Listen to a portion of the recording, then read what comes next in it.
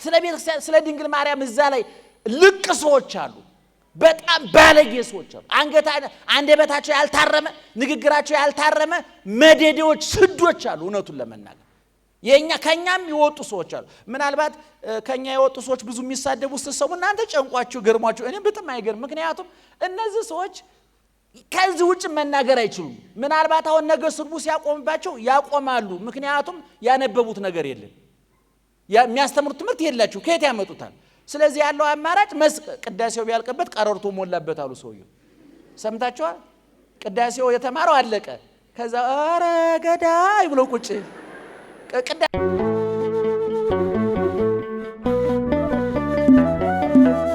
በስመ አብ ወወልድ ወመንፈስ ቅዱስ አሐዱ አምላክ።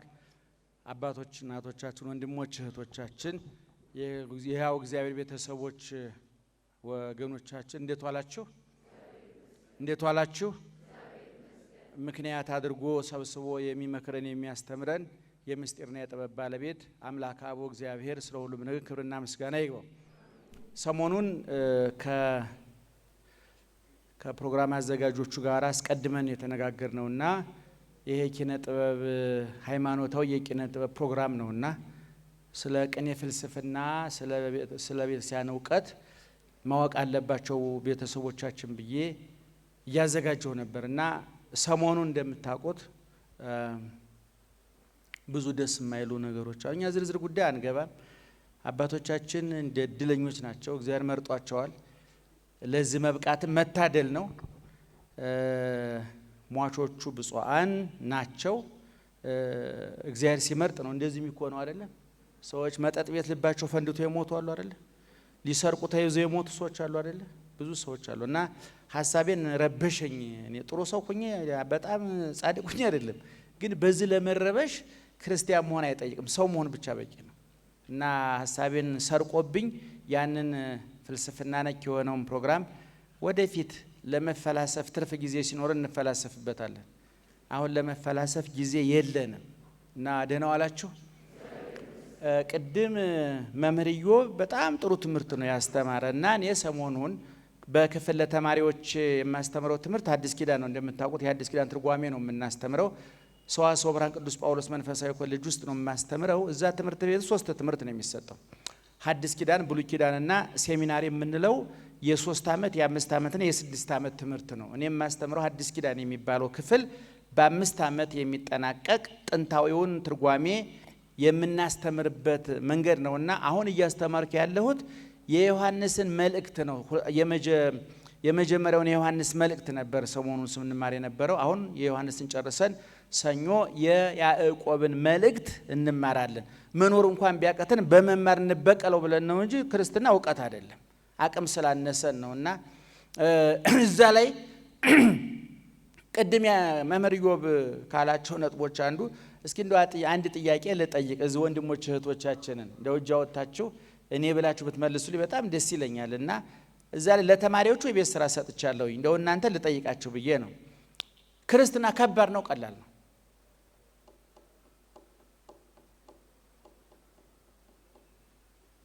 ዝምታ ከባድ ነው ቀላል ነው? እሺ የሚነግረኝ ሰው ክርስትና ከባድ ነው ቀላል ነው? ሴቶች ንገሩኝ እስቲ። ቀላል ነው የሚል ካለ ነው። ሁሉም ከባድ ነው የሚለው? ቀላል ነው የሚል አለ? እሺ ወንዶቹ ቀላል ነው የሚል ሰው አለ? ከባድ ነው ሁሉም ስላለው ብዬ ነው። ከባድ ነው ቀላል ነው? እሺ በአንድ ድምጽ እሺ ከባድ ነው ቀላል ነው? አቤት። መጽሐፉ ግን አላለም።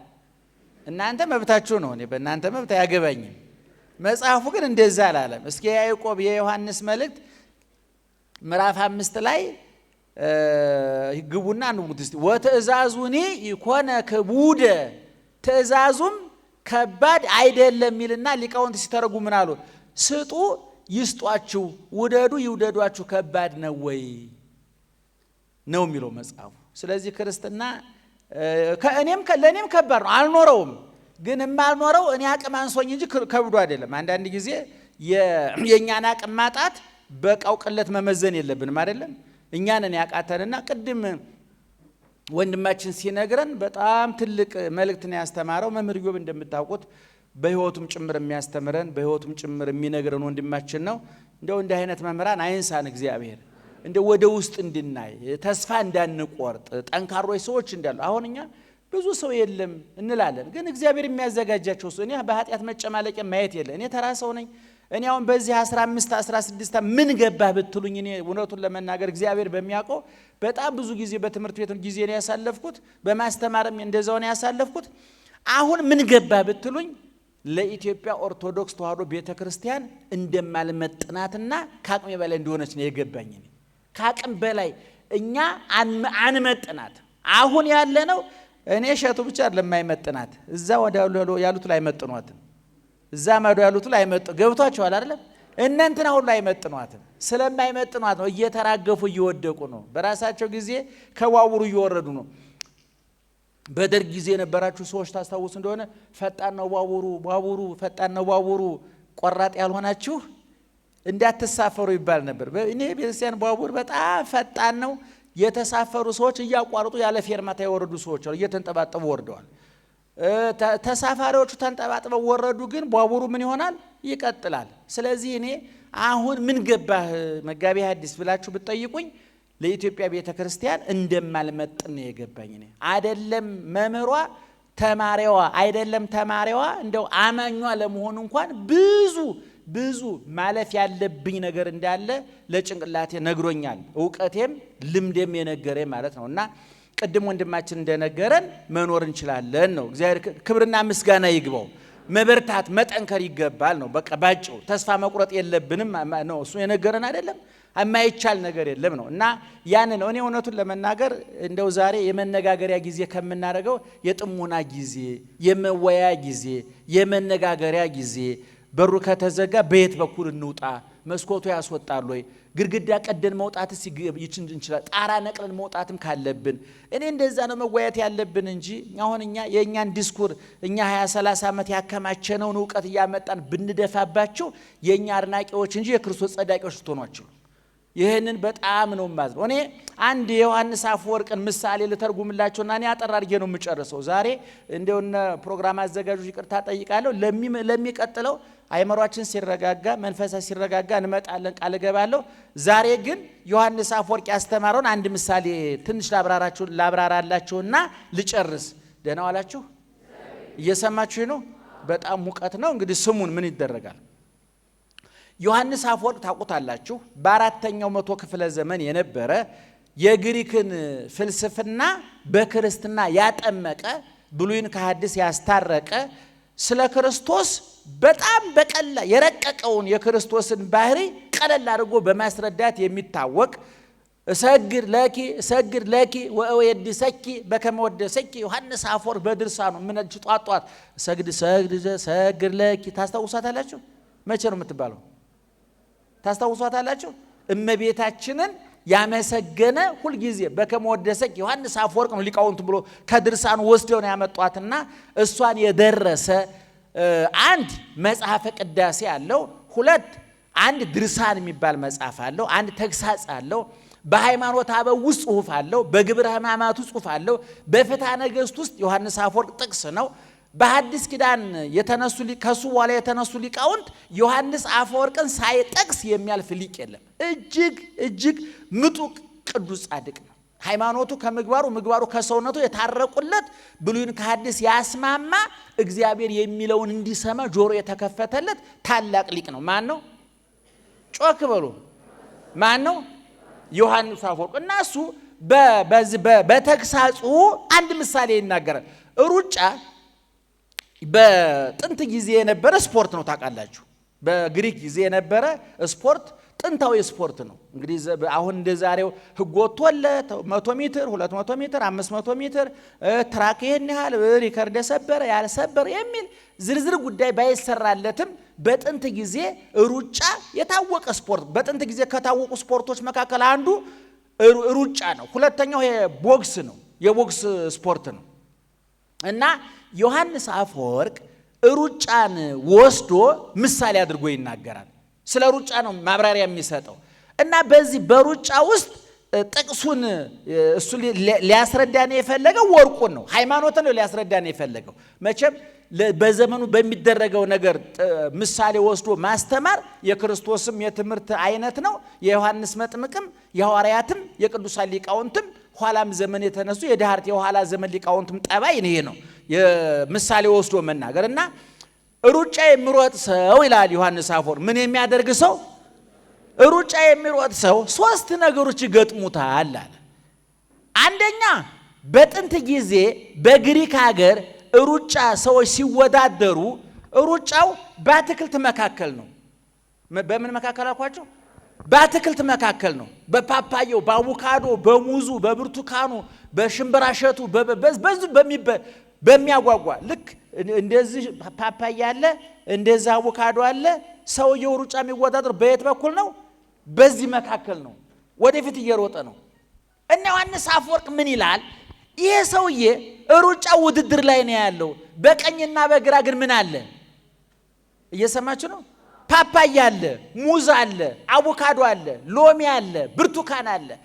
ማዕከለ ገነታት ነው የሚለው እንደሱ ወደ አማርኛ ቀለል አድርጌው ነው እንጂ በገነት በአትክልት ቦታ መካከል ነው የሚሮጠውና ይሄ ሰውዬ እንደው ያ ሙዙ በስሎ፣ ብርቱካኑ በስሎ፣ ሎሚው በስሎ፣ የሽምብራ እሸቱ እንደ ሁሉ በስሎ ሲያያቸው አይቆይ እስቲ ሩጫዬን አቋርጬ ከዚች ብርቱካን አንድ ፍሬ ልብላ ብሎ ይቆማሉ ይላል ዮሐንስ አፈወርቅ። እናንተን ልጠይቃችሁ፣ ይቆማል?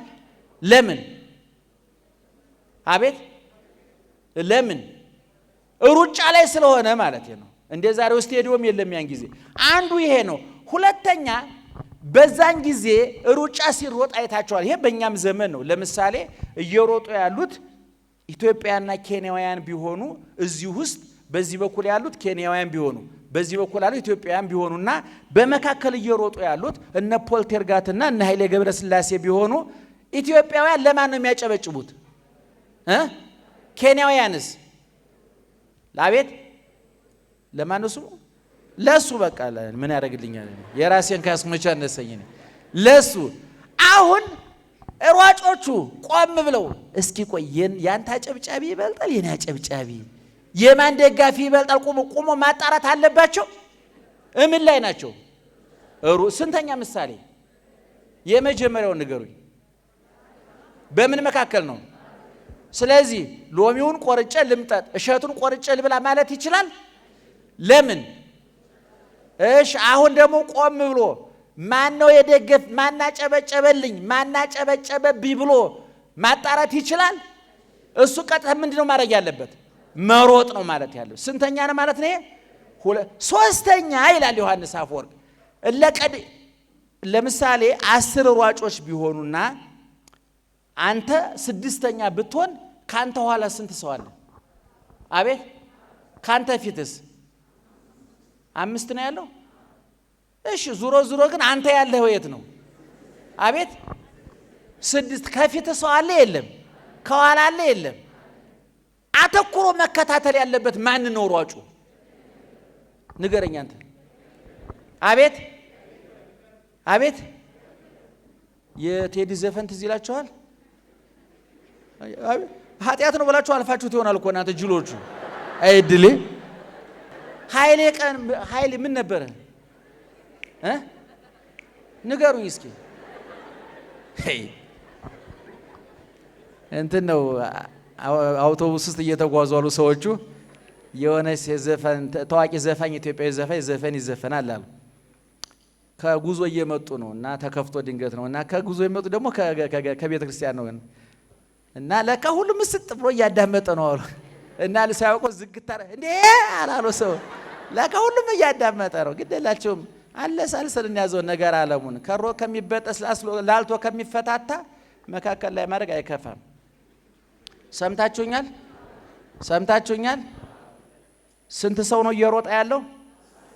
6ኛ ብትሆን አንተ ከኋላ ስንት ሰው አለ? ከፊት። ስለዚህ አተኩረህ እግር በእግር አጣጣላቸውን መከታተል ያለብህ የቀደሙን የተከተሉን ነው። አቤት የቀደሙትን ነው። ነገር ግን አልፎ በጣም አልፎ ቃኘት ማድረግ ይከፋል። የኋለኛውን አይከፋም። ምክንያቱም ተጨማሪ ቀዳሚ እንዳይመጣ ይረዳል። ዮሐንስ አፈወርቅ በጣም ምጡቅ ሊቅ ነው። ስንት ምሳሌ ነገርኳችሁ? አቤት አንደኛ፣ ሁለተኛ ያጨብጫቢ በጣም ሶስተኛ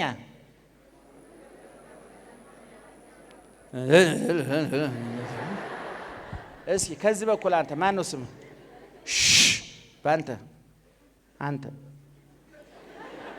ጠይሙ፣ ቀዩ፣ ጥቁሩ ከዛ ያልፍ መቼም የኢትዮጵያውያን መልክ መቼም ቢጫ የለም አይደል? እሺ ማን ነው ስምህ?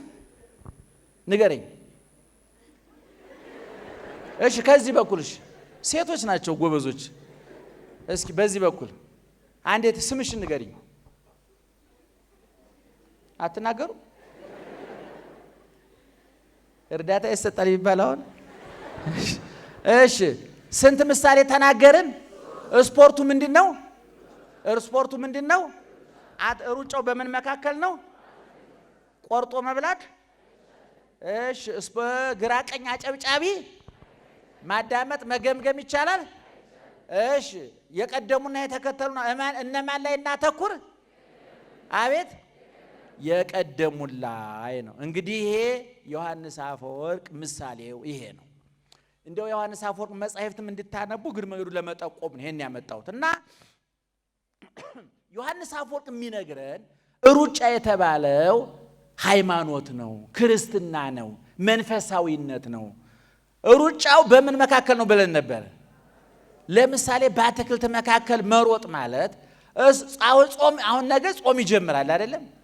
አሁን ማታ የኛ ሰው ማታ ስጋን ለመበቅል የታመልጣል እደርስባለሁ አፈር በላ እስከ 2 ወር እንዲሁ ልክ በቀል ያኘቀ የታበክ የሚሉ ይመስለኝ ነው። እውነቱን ለመናገር ወረፋው በጣም ከባድ ነው ታውቃላችሁ አይደለም? አሁን ነገ የተረፈው ስጋ ለድሃ እንዳይሰጥ የት ይቀመጣል? ፍሪጅ። ምክንያቱም ሰኞ ሐሙስ ፍች ስላለ ወተቱ ምርጎ ይሆናል፣ እንጀራው ኮቸሮ ይሆናል፣ ወጡ ፍሪጅ ይቀመጣል።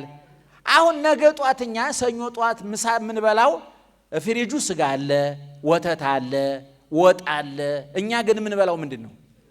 አቤት ሩጫው በምን መካከል ነበር ቅድም?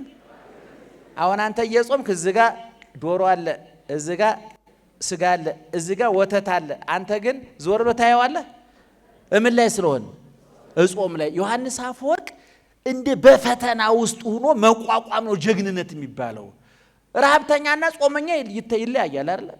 የቸገረው ረሃብተኛ ነው የሚባለው፣ የተወነው ጾመኛ የሚባለው። አሁን ረሃብተኛና ጾመኛ መለየት ያስፈልጋል። አሁን ዮሐንስ አፈወርቅ እያለ ያለው ምንድነው? ወጣትነትህን ተቋቋም የተባለው ስሜቱ እያለው ነው። ይሄማ በሬን ካልተራገጠ አህያን ካልተዋጋ የሚለው የለም አሉ እኛ ሊቃው ሲተረጉሙ። ደግሞ መዋጋት የማን ስራ ነው? መራገጥስ? በሬ ሊራገጥ አህያ ሊዋጋ ይችላል? አይችልም። ስለዚህ እኛ የምንፈተነው ባለን ነው። አይታችኋል። የአርሴማ ፈተና እኮ ቀላል አይምሰላችሁ። ቆንጆ ውብ ይቀረሽ የማትባል ወጣት የምታሳሳ የምታጓጓ ነገስታቱን ያነሆለለች መሳፍንቱን ያነሆለለች መኳንንቱን ያነሆለለች እኔ ነኝ ያለ ሀብታም ሁሉ ጠብር ግፍ ያለላት ልቡን ሐሳቡን ከልቡ ገንዘቡን ከቦርሳው የዘረገፈላት የተዝረከረከላት ትልቅ ሴት ነበረች። ወጣትን ንጉሱ ምንድነው ያላት? ቤተ መንግስት ግቢና መርጠሽ ትበያለሽ፣ መርጠሽ ትጠጫለሽ፣ በወርቅ ትንቆጠቆጫለሽ አላት። እመምኔቷ የአርሴማ አለቃ ምንድነው ያለቻት? እኔ ለሰማያዊ ሙሽራ አጭችሻለሁ ይሄ ርኩስ እንዳያረክስሽ ብላ ነው የላከቻት። በኋላ ሰውየው ገና ፊቷን ሳይ ደነገጠ። ስሜቱን መቋጣት ፍሬን በጠሰ። ይገርማቸዋል። ማርያምን ነው የምላችሁ እኮ በኋላ ንጉስ እኮ ነው ከዙፋን ወርዶ ሊይዛት ተስገበገበ። በቃ ተስገበገበ። ወዳው ጎትታ ፈጠፈጠችው መሬት ላይ። አሁን የሩጫ በአትክልት ውስጥ ነው አይደለም። አርሴማ ወጣት ናት አይደለችም? ሴት ናት አይደለችም? ስሜት አላት የላትም? መብላት ትፈልጋለች አትፈልግም? ማግኘት ትፈልጋለች አትፈልግም? ትፈልጋለች። ግን ሩጫው በምን ውስጥ ነው? በአትክልት ውስጥ ነው። እያዩ ማለፍ ይባላል። ብርቱካኑን እያዩ ማለፍ፣ ብርቱካኑ አትክልቱን እያዩ ማለፍ ጠቃሚውን። አሁን ያሯጭ ሩጦ ከጨረሰ በኋላ ያ የጓጓለት አትክልት ይመጣል አይመጣም? ይመጣል። የት ይሄዳል? እንደው ከዛ በኋላ በልቶልን ነው እንዴ? ያትክልት ማሳ መግዛት ይችላል። እንደና ኃይሌ ዛሬ ይሄን ሁሉ ሀብት ያከማቸው እኮ ያ ዛሬ ጥርሱን ነክሶ ቆርጦ እኮ ነው። ያን ጊዜ ሰው ሁሉ ጮማ ሲቆርጥ ጮማ ልቁረጥ ቢል ቦርጫሙ ኃይሌ እንጂ ሀብታሙ ኃይሌ አይኖርም ነበር። ማርያምን ነው የምላችሁ። ቆፍጣኖች ስሜታችን የተቆጣጠሩ ሰዎች ገንዘብም ክብርም ጽድቅም ፎቅም ያገኛሉ። ራስን መቆጣጠር አርሴማ ማለት ይችላል። ታያችሁ። እስኪ እንደው እህቴ እንደው እዛ ጋ ያለሽው አንቺ አሁን እንደው እኛ ትልቁ ሀብታም ሰውዬ ታውቋቸዋላችሁ አይደል? ደውለው እንደው ላገባሽ እፈልጋለሁ ቢሉ ምን እንደው የሚባለው ታውቃላችሁ አይደል? እግዚአብሔር ሰውን የሚጎበኝበት መንገድ አይታወቅም። የእመቤቴ እርዳታ የአርሴማ እርዳታ። ጓደኞቿስ በአንቺ በኩል ሊጎበኘን ፈልጎ ነው፣ በርችልን ጠንክሪልን። ወላጆቿ እግዚአብሔር ይመስገን እግዚአብሔር ይመስገን መምጫው አይታወቅም። አንድዬ እመቤቴ መምጫው መምጫው ይታወቃል እንዴ? መምጫው ይታወቃል ጌታዬ። አርሴማ ተሰዳ ነው የመጣችው። ረሃብተኛ ናት፣ ጎስቋላ ናት፣ አንጀቷ ታጥፏል እኮ። ረሃብተኛ እኮ ናት። አብረዋት የነበሩ መናኞቹ ሴቶች እኮ ረሃብተኞች ናቸው። ግደለሽም እባክሽ ግቢና ጥበብ በልብ ነው፣ ምን ቸገረሽ አንቺ፣ አንድ ቀን ተኝ እንጸልይበታለን አላለም። አሳልፊልን ቤተ መንግስት እንግባ ምን ችግር አለ አላሏትም። የለም ይሄ ርኩስ እንዳያረክስሽ ተንጠንቀቂ፣ አንቺ የሰማያው የቀራኒው ሙሽራ ሙሽሪት ነሽ አንቺ ውበትሽን። ዛሬ አርሴማ 1600 ዓመቷ ነው። ዛሬ እኔና እናንተ ዘመዳችን አይደለች፣ የክፍለ ሀገራችን ሰው አይደለች። እንኳን የክፍለ ሀገራችን ሰው አፍሪካዊት አውሮፓ ፈረንጅ ናት እኮ። ዛሬኛ አርሴማ የምንለው ያን ጊዜ በአትክልቱ ውስጥ ስትሮጥ ብርቱካን ልምጠጥ ባለማለቷ ነው። ሐሳቤ ገብቷችኋል? ማርያምን በቃ ይውላችሁ አለፈችው፣ ወርቁን አለፈችው፣ ምግቡን አለፈችው፣ ሴትነቱን አለፈችው፣ ስሜቱን። ዮሐንስ አፈወርቅ በአትክልት ውስጥ መሮጥ ማለት ስሜትን መቆጣጠር፣ ፍላጎትን መቆጣጠር ማለት ነው አለ። የሚያስተምረኝ ነው። ሁለተኛ አጨብጫቢዎች አሉ። ቅድም እንዳልኳችሁ አሁን ቅድም ምሳሌውን ተናግራል አይደለም? አሁን እንደዚህ እንደው እንደ ያለ ሰው ደውል ላግባሽ አለኝ ብትሉ አንደው ጥቂት ሰዎች እንዴ አንቺ ረበርች ጠንክሬ ምን ወጣሽ አንቺ እንደዚህ ክርስቲያን ነሽ ማተባለሽ የሚሉ ጥቂት ሰዎች፣ እነሱ ምን ታያቸዋለሽ? ሄዳ አክራሪ ያልገባው አልገባችሁም እንላቸዋለን። አሁን ቤተ ክርስቲያን አንቺ ወጣቷ በ25 24 ዓመት ሆነ ጧት ተነስተሽ ኪዳና ድረስ ስትመጭ መንገድ ላይ የሚያገኙሽ ሰዎች ሁለት አይነት ድጋፍና ተቃውሞ ያደርጋል። ልክ ለኃይል ያጨበጭባሉ። ለእንትና እንትና አላልኳችሁ? የኔ ልጅ እግዚአብሔር ይባርክሽ በጧት ወጣት ማለት ይሄ ነው ይልሻል። አንዷ ደግሞ ምን በጧቱ ያንቀሽቀሽሻል፣ አርፈሽ ተቀመጭ የልደርሽ ነው ገና ካሁኑ የሚል አለ። ሁለቱንም ማንኛውን እንስማ? አበበ ንገረኝ እስቲ ማንኛውን እንስማ? አሁን ልጅቱ ከቤተ ክርስቲያን እየመጣች ነው አይደለም? ስንት ሰው አገኛት መንገድ ላይ? ሁለት ሰው። አንደኛው በርቺ ጠንክሪ ወጣት ይሄ ነው ጀግና መንፈሳዊት። ይሄ ደስ ይላል ደስ አይልም? ደስ ይላል። ያ ሌላው ደግሞ በጧቱ ምን ያንቀሽቅሽሻል፣ አርፈሽ ትምህርትሽን አታጠኝም፣ ስራሽን አትሰሪም፣ በጊዜ አታገቢም፣ ቤተ ክርስቲያን ምን ያንቀሽቅሻል፣ በካሁኑ ምንድን ነው ሊል ይችላል። ሁለቱንም አትስሟቸው ነው የሚለው ዮሐንስ አፈወርቅ። ምክንያቱም እኛ ምን ላይ ነን? ሩጫ ላይ ነን። ማንን ፈልገን መጣን? ገብረ እግዚአብሔር ፍለጋ አልመጣንም እኛ። ወለተ ስላሴ አሁን የለፈለፈው ያሉ ገብረ ማርያምና ወለተ ማርያም ናቸው። ማርያምን ፈልገን መጣ የገብረ ማርያምን ጩኸት ሰምተህ እንድትመለሳለህ ተውስ። አሁን ቅድም እንዳልኳችሁ ጀበርታ ኃይል እነዛን በቋንቋቸው ደግሞ በፖቶና የሆነ ነገር ይላሉ መቼም አይደለ? አትስማ ምን ላይ ስለሆነ ሩጫ። በኋላ ሩጫው ሪከርዱን ሲሰብር ዞር ብሎ እጅ እየነሳ እየተከበረ ዛሬ እኮ አርሴማ ጽላት ቀርጸን ቤተ ክርስቲያን አንጸን ገድሏን ጽፈን ዝናዋን እየተረክን ሐሞቱ የፈሰሰውን ወጣት እምናበረታታባት አነቃቂያችን እኮ ናት አይደለ? ያን ጊዜ ባትታረድ ባትነድ ባትገፈፍ ባትገረፍ ጭብጨባ ቢያታልላት ዝና ቢያታልላት ውሃ በልቷት ቀርቷ እዚህ ሰውዬ ጋር ብተኛ ታሪኳ ካልጋ ያልፍም። ይገርማችኋል ቤተሰቦቿ ሁሉ ያውቋትም እንኳን እኛ ሀገር አቋርጥ ልናውቃት እዛው አንድ ቀን ታሪኩ ነው ይቀራል። ስለዚህ በእውነት ወቀሳውን ከሰሰውን አትስሙ፣ ማንንም አትስሙ። ምእመናን ስድቦች አሉ እንሰማለን። ዩቲዩብ ታያላችሁ፣ ቲክቶክ ታያላችሁ። እኔ ባለፈው ተናግሬያለሁ። ቲክቶክ ውስጥ እየገባችሁ ዩቲዩብ ውስጥ እየገባችሁ ለተዋህዶ እንከራከራለን የምትሉ ሰዎች በድንግል ማርያም ይዣችኋል፣ አቁሙ። ያው ደምረት አይደለም። እዛ ሰዎች አመቻች ያጋንንት መናኸሪያ ነው። ያ የኛ ቦታ አይደለም። ስለ ቤተክርስቲያን ስለ ድንግል ማርያም እዛ ላይ ልቅ ሰዎች አሉ፣ በጣም ባለጌ ሰዎች አሉ። አንደበታቸው ያልታረመ ንግግራቸው ያልታረመ መደዴዎች ስዶች አሉ። እውነቱን ለመናገር ከኛም የወጡ ሰዎች አሉ። ምናልባት ከኛ የወጡ ሰዎች ብዙ የሚሳደቡ ስትሰሙ እናንተ ጨንቋችሁ ገርሟችሁ፣ እኔ በጣም አይገርም። ምክንያቱም እነዚህ ሰዎች ከዚህ ውጭ መናገር አይችሉም። ምናልባት አሁን ነገ ስድቡ ሲያቆምባቸው ያቆማሉ። ምክንያቱም ያነበቡት ነገር የለም፣ የሚያስተምሩት ትምህርት የላቸው። ከየት ያመጡታል? ስለዚህ ያለው አማራጭ ቅዳሴው ቢያልቅበት ቀረርቶ ሞላበት አሉ ሰውየው። ሰምታችኋል? ቅዳሴው የተማረው አለቀ። ከዛ ኧረ ገዳይ ብሎ ቁጭ ቅዳሴው ቢያልቅበት ቀረርቶ ሞላበት። ይሄ ስድብ ነው። የሚሳደቡ ሰዎች በሶስት ምክንያት ነው። አንድ የሄዱበት ሃይማኖት ተከታዮች እንዳምኗቸው ይፈልጋሉ። አይወነት ከልቡ መጥቷል። ይሄ ድንግል ማርያምን እየተሳደበ ነው፣ ኦርቶዶክስን እየተሳደበ ነው። በቃ ከልቡ መጥቷል። ይሄ ፖለቲካ ውስጥም ታዩታላችሁ። ከአንዱ ፓርቲ ወደ አንዱ ፓርቲ ሲገለበጡ መጀመሪያ የመጡበትን ፓርቲ ከማገልገል ይልቅ የከዱትን ፓርቲ መሳደብ ይቀናቸዋል። ያ ማንቋሸሽ ነው። በቃ እንደ ዘፋኞችን አላያቸው። እኔ በጣም አዝናለሁ። አሁን የሀገሪቱ ኢኮኖሚ ትንሽ ችግር ስላለ የኪነ ጥበቡ ቡድን ተመቷል፣ ፊልሙ ተመቷል፣ ሙዚቃው ተመቷል፣ ስነ ጽሁፉ ተመቷል፣ ኪነ ጥበቡ ተመቷል። ስለዚህ እዛ ውስጥ የነበሩ ሰዎች ወደ ሶስት አቅጣጫ እየተፈናቀሉ ነው። አንዳንዶቹ ነጋዴ እየሆኑ ነው፣ አንዳንዶቹ ፖለቲከኛ እየሆኑ ነው፣ አንዳንዶቹ ሃይማኖተኛ እየሆኑ ነው። አሁን ቴሌቪዥን ላይ ከኪነ ጥበብ መጥተው የሃይማኖት ፕሮግራም ከፍተው የሚያስተላልፉ አሉ።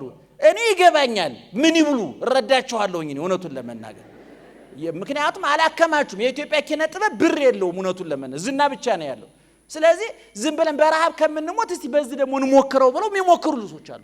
ስለዚህ ነው ንግግራቸው አይታችሁት እንደሆነ እንደ ኪነ ጥበብ እንደ ፊልም አልጣፍጥላቸው ብሎ እንደ በቆሎ ቂጣ አፋቸው ላይ ይፈረፈራል። ንግግሩ ይገርማል። እንደ በሽተኛ ምግብ አፋቸው ላይ ይንቀዋል። አላማረባቸው።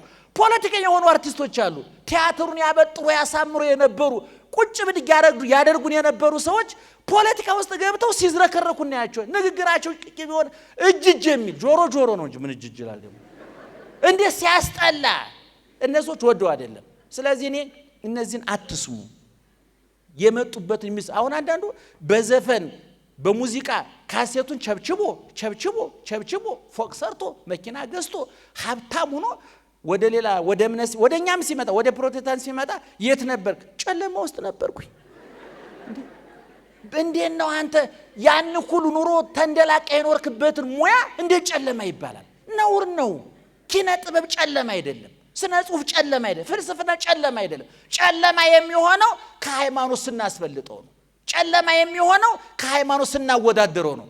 አንድ ጊዜ አንድ ጋዜጠኛ ከሳይንስና ከሃይማኖት ማን ይበልጣል አለኝ። ከወያላና ከሹፌር ማን ይበልጣል? እስኪ ንገሩኝ። ለመኪና በጣም አንገብጋቢ ወያላ ነው ሹፌር? ማን ነው? ለምሳሌ ወያላው መርካቶ ሲል ቆይቶ ሹፌሩ ወደ ቀራኔው ቢመራ እኮ ወያላው ከመጮህ ያለፈ ምንም ስራ የለውም። ሳይንስ ማለት እኔ ዓለምን መኪና ብታደርጓት ሹፌሩ ሃይማኖት ነው። ወያላው ማን ነው? ሳይንስ ነው። ቴሌቪዥን ሬዲዮ መጣ፣ አውሮፕላን ሰራ፣ መኪና ተሰራ፣ አዲስ ሳምሰንግ ይሄን ያህል መጥቷል። የ2024 አልፎ የ2025 እየመጣ ነው። ወያላው ይሄ ይለፈት። ሃይማኖት ግን የ2024 ሃይማኖት የለም። የ7000 ዓመት ሃይማኖት ነው ያለው። ለዘላለም የሚኖር ሃይማኖት ነው ያለው። ሳይንስ እስከ መቃብር ሸኝቶን ይመለሳል። ሃይማኖት ደግሞ ከመቃብር አሳልፎ ለክርስቶስ አስረክቦ ነው አይመለስም። እዛው ገነት አብሮ ነው መንግስተ ሰማያት ይገባል። ስለዚህ ይሄን ማወቅ አለባቸው ወጣቶች። እና ዮሐንስ አፈወርቅ ያለው ይሄን ነው። ሶስተኛው የቀደሙና የተከተሉ ሰዎች አሉ። ምን ጊዜ ዮሐንስ በዚህ በሐዋርያ ጨርሻለሁ፣ በጣም ይቅርታ። በዮሐንስ በዕብራውያን 13 ቁጥር 7 ላይ በጣም ደስ የምትለኝ ጥቅሳለች። ታላቁ ሐዋርያ ቅዱስ ጳውሎስ የተናገረው ዮሐንስ አፈወርቅ በኋላ ትርጓሜ ሰርቶባታል። ተዘከሩ መኳንንቲክሙ ዘነገሩክሙ ቃለ እግዚአብሔር ወንዘ ትሬኢው ሰናየ ግብሮሙ ተመሰሉ በሃይማኖቶሙ። ዋኖቻችሁን አስቡ፣ የእምነታቸው መልካም ስራቸውን እያያችሁ በምን ምሰሏቸው ይላል? በእምነት ምሰሏቸው። ለክርስትና እኛ የመጨረሻም የመጀመሪያም አይደለንም። ከአባቶቻችን እንማራለን፣ ለልጆቻችን እናስተምራለን፣ እኛ በመካከል እንከብራለን። የቀደሙትን ሰዎች ለምንድን ነው የምናየው? ጊዮርጊስ ለምንድን ነው ገድሉ የተጻፈው? ተክለ ሃይማኖት ለምን ገድላቸው ተጻፈ? ከአንተ በፊት ሩጠው ያሸነፉ ሰዎች አሉ። አዲስ ለሚመጣ ሯጭ አበበ ቢቂላ በባዶ እግሩ ሮም ላይ አሸንፏል ብለን ስንተርክለት እኮ አንተ ጫማ ያለህ አሰልጣኝ ያለህ ምግብ ይሄኛው ያጠነክራል አያጠነክርም ተብሎ በአዋቂ ምግብ እየተመገብ እንዴት ማሸነፍ ያቀታል እያል ነው አይደለም? ቅዱስ ጊዮርጊስ ታረደ፣ ነደደ፣ ተገፈፈ፣ ተገረፈ፣ ተንከራተተ፣ ተንገላታ። አርሴማ፣ ተክለ ሃይማኖት፣ ገብረ መንፈስ ቅዱስ፣ ሌሎችም ቅዱሳን ካንተ በፊት የሮጡት አሸንፈዋል። እንዴት መሮጥ እንዳለብህ ከነሱ እንድንኮርዝ ነው የነሱን ታሪክ የሚነገረን። ሌላ ምንም ታምር የለውም። ከኛ በፊት ይሩ ለምሳሌ የቆዩ ሯጮች ሩጫ ሲያቆም ምንድነው የሚሆነው? ነጋዴ አይባልም። ምንድነው የሚሆነው? እስቲ ለምሳሌ እግር ኳስ ታውቃላችሁ አይደል? አርሰናል፣ ማንቸስተር ፈረንጆቹ ከሰሩት ቁም ነገር አንዱ ኳስ ነው። እኔ በጣም ማደንቃቸው እግዚአብሔር ይስጣቸው። እኔ በጣም ነው ደስ የሚለኝ ኳስ። ምክንያቱም ብዙ ወጣት ስሜቱን ተቆጥ ለ90 ደቂቃ ቢሆንም ቢያንስ ከብደት ይገላግለዋል ሰውየው። እኔ በጣም ነው ኳስ ደስ የሚለኝ እውነቱን ለመናገር። የዝም ብሎ አንዳንዱ እንደ አርሰናል ስትል አቤት ምን ችግር አለው? ዋናው እዛ ተተክለህ አትቅር ነው እንጂ ምን ችግር አለው ብታየው? ጥበብ አይደል እንዴ? 22 ሰዎች አንድ አየር የጠገበ ላስቲክ ላይ ሲሻሙ ማየት ራሱ ቲያትር አይደል እንዴ? እኔ በጣም ነው የሚገርመኝ እኮ 22 አየር የተነፋሽ ላስቲክ እኮ ናት እኮ ፋብሪካ ተመርታ አንድ ወደዛ ሲላት አንድ ወደዚህ ሲላት 22 የዋዎች አንድ ላስቲክ ሲንከራተቱ ማየት እኔ በጣም ነው የሚገርመኝ። እኔ የሰው ልጅ እንዴት አይነት የዋህ ነው፣ ቀና ነው፣ ደግ ነው።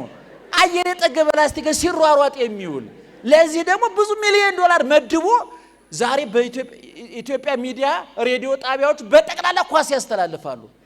ኳስ ማስተላለፍ ሶስት ጥቅም አለው። አንደኛ ከፖለቲካ ጋር አይገናኝም፣ አያድጥህም። ብትሳደብም ሮናልዶ ነው እዚህ ፖለቲከኛ ጋር የሚያገናኘው ነገር አይደለም። ሶስተኛ መረጃ በቀላሉ ይገኝ። ላይብረሪ ሂድ አይልህም። ቤተ ወመንዘክር መሄድ አይጠበቅም። መጽሐፍ ማገለበጥ አይጠበቅም። እኔ እርግጠኛ ነኝ አይነ ስውር ባልሆነ ኮሜንታተር መሆን ይችላል። ምክንያቱም አተኩሮ ማየት ብቻ ነው የሚጠይቀው፣ ምንም ሌላ ታምረ። ሶስተኛ ሙያ ነው። እኔ መንሱር አብዱል ቀኒ ባል ሰውዬ ኳስን ሲያብራራው እኔ እንደ ስብከት ነው የማዳምጠው። እውነቴን ነው የምላችሁ። በእውቀት የሚያብራሩ ሰዎች አሉ። አንዳንዱ ደግሞ አይን ስላለው ብቻ ኮሜንታተር ይሆናል። እንደው ዝም ብሎ እንትና ይዞ ወደዛ እየሄደ ነው ወደዚህ። ይሄን እኮ ለመናገር አይን ነው የሚጠይቀው፣ እውቀት እኮ አይጠይቅም። ጀግኖቹ ጥበቡን ይተርኩታል፣ ይገርማቸዋል። በቀደም ሲናገር ምን ሰማሁት? አሁን የነገርኳችሁ ሰው አሰልጣኝ በመጀመሪያ ማወቅ ያለበት ተጫዋቾቹ ሰው መሆናቸውን ነው። እንዴት ያለ በጣም ትልቅ ፍልስፍና እኮ ነው። ሰው ናቸው። ይሄ ማለት ምን ማለት ነው? መዝናናት እንደሚፈልጉ ማወቅ አለበት። እዛ አትግባ እዛ አትውጣ ብሎ ኳስ ማሸነፍ የለም ማለት ነው። ዙሮ ወደ ሐሳቡ ልምጣ። ዮሐንስ አፈወርቅ የነገረን የቀደሙትን ተመልከቱ፣ ከናንተ በፊት ያሉት ክርስቲያኖች እዩዋቸው ነው። ስንት ምሳሌ ተናገረ ዮሐንስ አፈወርቅ? ጨረስኩኝ። አቤት አንደኛ፣ ሁለተኛ፣ ሶስተኛ። ጥሩ ምሳሌ አይደል የመሰለው? ሊቅ አይደል ዮሐንስ አፈወርቅ? በረከቱ ይድረሰን። ደግሞ እመቤታችንን ከልቡ የሚወድ ሊቅ ነው ዮሐንስ አፈወርቅ። ሰግር ለኪን እሱን የደረሰላት ብያቸዋለሁኝ። በድርሳኑም ውስጥ በተግሳሱም ውስጥ ብዙ ቦታ ያነሳሳታል። በሃይማኖት አበው ምስጢረ ስጋዌን የበለተ የተነተነ ያብራራ ያመሰጠረ ንባቡ ጆሮ የሚሞላ ምስጢሩ አእምሮ የሚያጠግብ ሐሳቡ ልብ የሚያሳርፍ ትልቅ ሊቅ ነው። በእውነት ይህን ሊቅ የሰጠን እግዚአብሔር ክብርና ምስጋና ይግባው።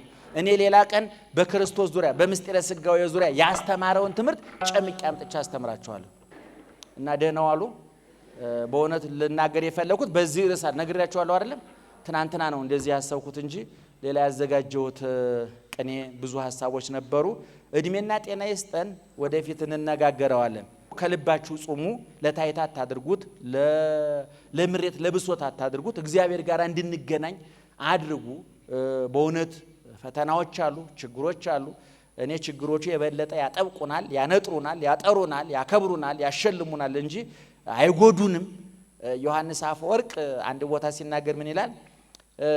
እንደው ግዙ ረጅም ስለሆነ አማርኛው ልበልላችሁ። እኔ ከምንሰደደው ከኛ ይልቅ ለሚያሳድዱን እጨነቃለሁኝ። ምክንያቱም ተሰደን መግቢያ ያለን፣ እነሱ አሳደውን ኋላ መግቢያ የላቸውም፣ ሰማዩ ተዘግቶባቸዋል ይላልና ደህና ዋሉ።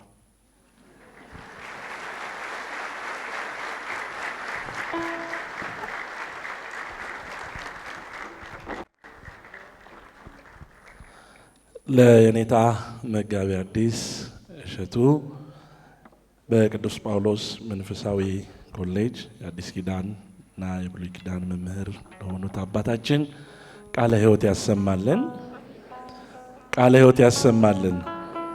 የአገልግሎት ዘመናቸውን እግዚአብሔር አምላክ ይባርክልን። እንግዲህ ለኛ የኔታ ላይብረሪያችን ናቸው። በእግዚአብሔር ቃል ደግሞ እንደ ወርቅ አቅልጠው ብዙ ደቀ መዛሙርትን ያፈሩ ያስተማሩ፣ ለቤተ ክርስቲያን የሚጠቅሙ አውደ ምሕረት ላይ ቆመው ዛሬም ክርስቶስን የሚሰብኩ ብዙ ልጆች የወለዱ የመንፈስ አባት ናቸውና እኚህ ታላቅ አባት ለኛ ዋርካችን ናቸው፣ መጠለያችን ናቸው፣ ምንጫችን ናቸው። ቢጠማን ቀርተን የምንጠጣቸው የእግዚአብሔርን ቃል በእውነት የሚያበሉን የሚያጠጡን ታላቅ መምህራችን ናቸው።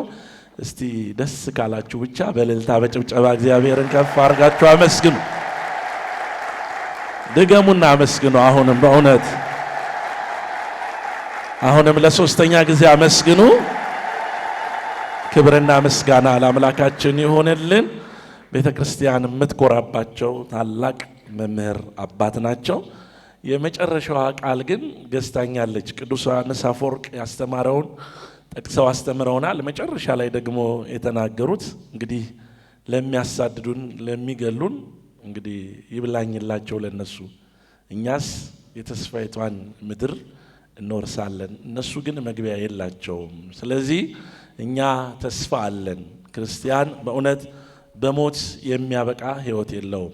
ሕያው ሆኖ ከሞት በኋላ በምስጋና የሚቀጥል ሕይወት ነው የተሰጠን። ክብርና ምስጋና ለአምላካችን ይሁን። ይህንን ያላሳጣን ጌታ ስሙ ለዘላለም የተመሰገነ ይሁን።